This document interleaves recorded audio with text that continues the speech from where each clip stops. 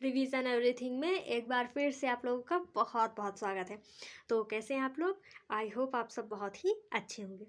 देखिए, इसके पहले हमने अवध राज्य और हैदराबाद राज्य को देखा था। तो आज हम देखते हैं कर्नाटक राज्य। ठीक है, देखिए, कर्नाटक की स्थापना सादतुल्ला ने किया। कर्नाटक पर अधिकार करने के लिए फ्रांसीस तथा अंग्रेज आपस में लड़ गए और 3 युद्ध हुआ। तो देखिए, भारत पर केवल अंग्रेजों ने ही शासन नहीं किया है।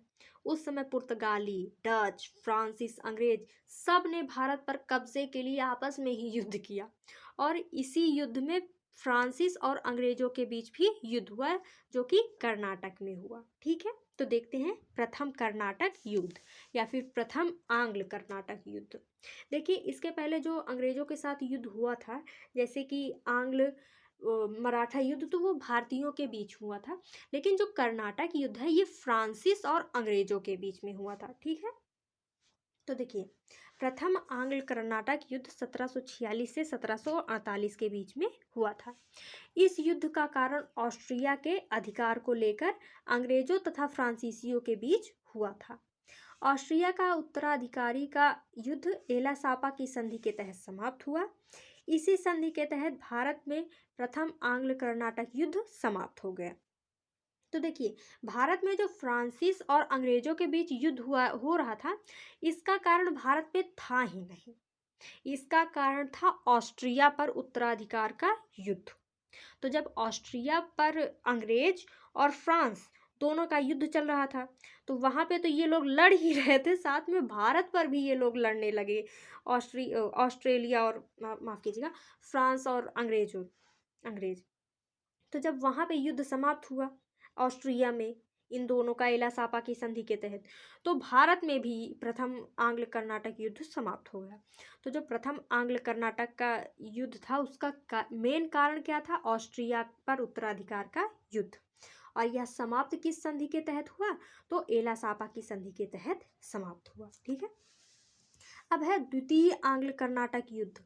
यह 1749 से 1754 के बीच हुआ।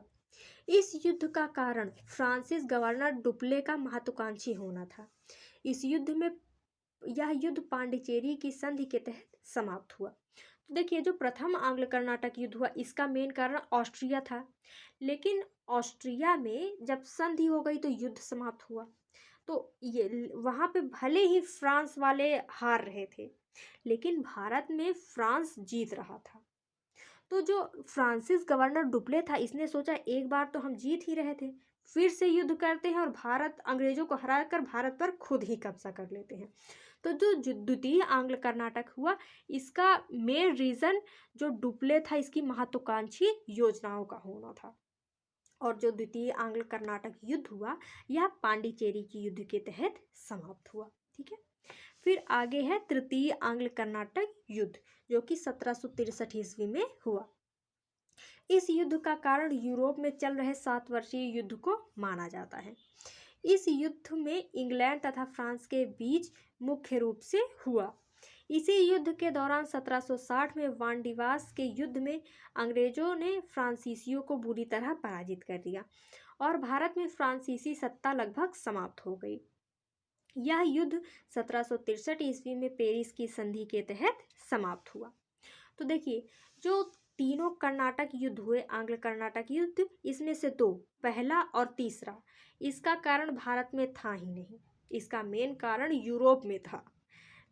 ठीक है, और यहाँ पे मेन चीज़ है कि यह युद्ध समाप्त किस किस संधियों के तहत हुआ? प्रथम कब समाप्त हुआ? एला सापा की संधि के तहत। द्वितीय पांडिचेरी की संधि के तहत। ठीक है, तो जो संधि है उनको भी आप लोग याद रखिएगा। ठीक है, तीसरा वाला तो पेरिस की संधि के तहत समाप्त ही हुआ। ठीक है।